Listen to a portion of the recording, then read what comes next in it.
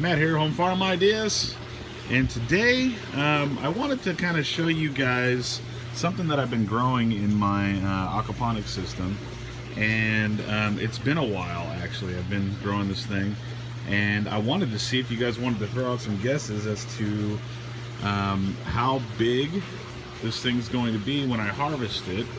I might harvest it soon, I don't know yet, but it's this. Look at the size of that thing, man. It is huge. It's a beet that I got from Baker Creek. Just one seed. I had a few of them planted in here and they're just too big. So I pruned them all back and basically settled with this one.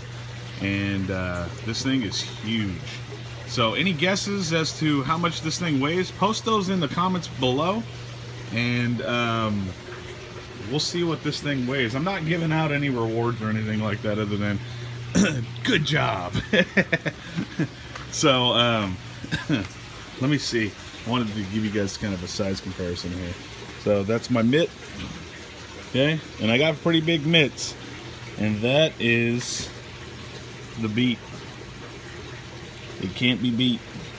So I got some people that are asking me when I'm gonna basically show you know, the weight of this thing.